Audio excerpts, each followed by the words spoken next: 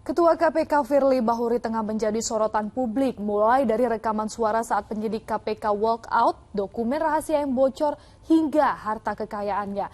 Apa saja kontroversi dari ketua lembaga anti rasuah ini? Berikut diskusi bersama Nabil Abiasa.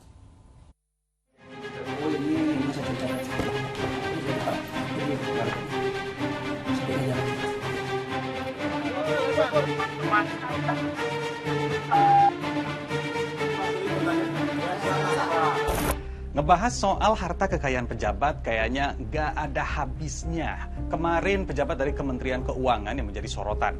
Kali ini tukang bersih-bersih korupsi yang menjadi sorotannya. Emang sekontroversi dan sekaya itukah Ketua KPK Firly Bahuri? Kita diskusi. Jadi nih, harta Ketua KPK itu tiba-tiba disorot gara-gara tindakan kontroversi yang dilakukannya. Kita cek dulu, segimana banyak sebenarnya harta dari Ketua KPK ini.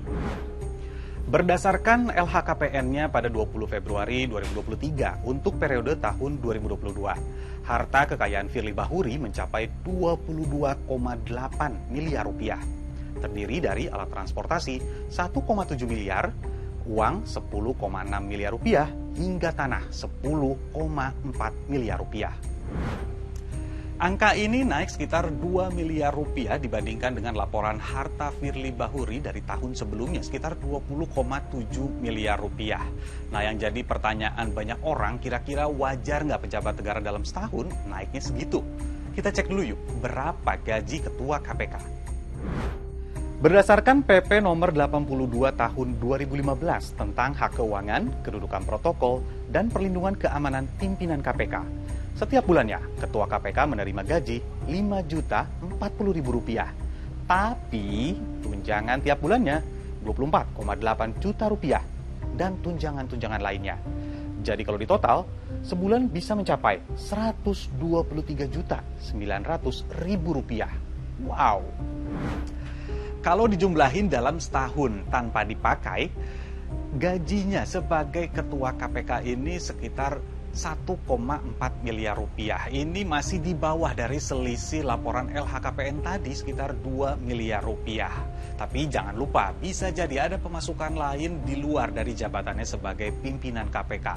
Oke lah, di luar dari kenaikan hartanya, ada sejumlah kontroversi yang dilakukannya hingga membuat netizen menyoroti harta kekayaan Firly. Yang terbaru di tahun 2023, ia dinilai sewenang-wenang mencopot Brigjen Endar Priyantoro dari Direktur Penyelidikan KPK tanpa diketahui penyebabnya. Keputusan ini membuat sejumlah penyidik walk out. Nih, salah satu rekaman yang udah kesebar di media sosial. Saya mohon maaf, saya tidak memberi kesempatan untuk bicara, tapi yang pasti, saya titip itu saja. Tolong, jangan bersumber dari kita. Pak Endar tidak boleh atau tidak berkesempatan untuk berinas lagi di sini. Mohon maaf Bapak, kami selaku junior Bapak kami, mohon maaf sekali Bapak. Karena kami walk out untuk sekarang ini Bapak. Kami keluar dari forum ini, dari ruangan ini.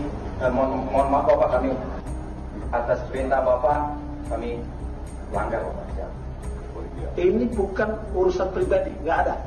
Saya sudah sampaikan ke kawan-kawan. Nggak ada sama sekali. Jangan dibawa.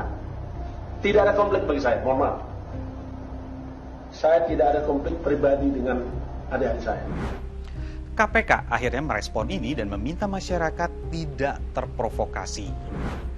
Nah, yang bocor bukan hanya soal penyidik KPK yang melakukan walkout, tapi ada juga dokumen rahasia yang bocor yang diduga melibatkan Ketua KPK Firly Bahuri. Peristiwa ini terjadi diduga usai penyidik KPK melakukan penggeledahan di salah satu ruangan Kementerian SDM terkait dengan soal dugaan korupsi yang dilakukan di Ditjen Minerba SDM. Oh, ini yang saya cerita tadi nih.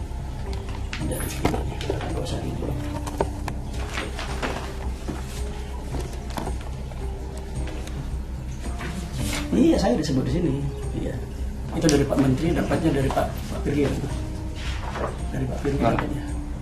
Sebaiknya jangan sensitif. Sejumlah pihak mendesak agar Firly Bahuri mundur dari jabatannya sebagai Ketua KPK. Yang mendesaknya bahkan sampai mantan pimpinan KPK, seniornya. Firly dilaporkan ke Dewan Pengawas karena dinilai sudah beberapa kali melanggar kode etik. Firly juga dilaporkan ke polisi atas pidana pembocoran dokumen penyelidikan. Seyogyanya diperiksa sesegera mungkin oleh Dewan Pengawas. Kita meminta Dewan Pengawas untuk objektif, tidak seperti di masa lalu. Ketika memeriksa saudara Firly, ada kecenderungan tidak memberikan sanksi yang tegas. Kan banyak masalah di dalamnya. Banyak sekali masalah di dalamnya, mulai dari kebocoran informasi, mismanagement, efisiensi, pelanggaran etik, kemudian kinerja yang menurun, terus cara berpikirnya menurun, cara berpikir filosofis, ada kebocoran informasi malah dibilang itu informasi lama.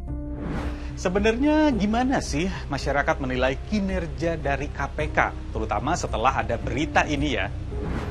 Sebenarnya untuk kinerja KPK sendiri, kalau aku ngelihatnya agak nggak kelihatan sih. Makanya kalau dibilang setahun itu dapat 2 miliar, itu menurut saya kurang efisien sih. Kinerja KPK menurut saya sih kayaknya agak kurang ya dalam beberapa tahun ini. Karena terbukti dengan adanya kasus beberapa pejabat yang ternyata terungkap setelah viral oleh masyarakat, ternyata banyak yang menyembunyikan harta atau sejenis seperti itu gitu. Kalau berdasarkan survei, gini nih. Dari 504 responden, 48,2% tidak puas. Ketidakpuasannya rata-rata soal kinerja Dewas yang tidak optimal. Penurunan jumlah OTT. Sama ini nih, banyaknya kontroversi. Banyak yang bilang jabatan KPK itu prestisius. Bayangkan, punya wewenang untuk bisa menindak siapapun yang diprasangkakan korupsi. Kita semua tentunya berharap kontroversi ini tidak membuat atau menurunnya profesionalitas kinerja dari KPK. Saya Nabila Biasa, sampai jumpa.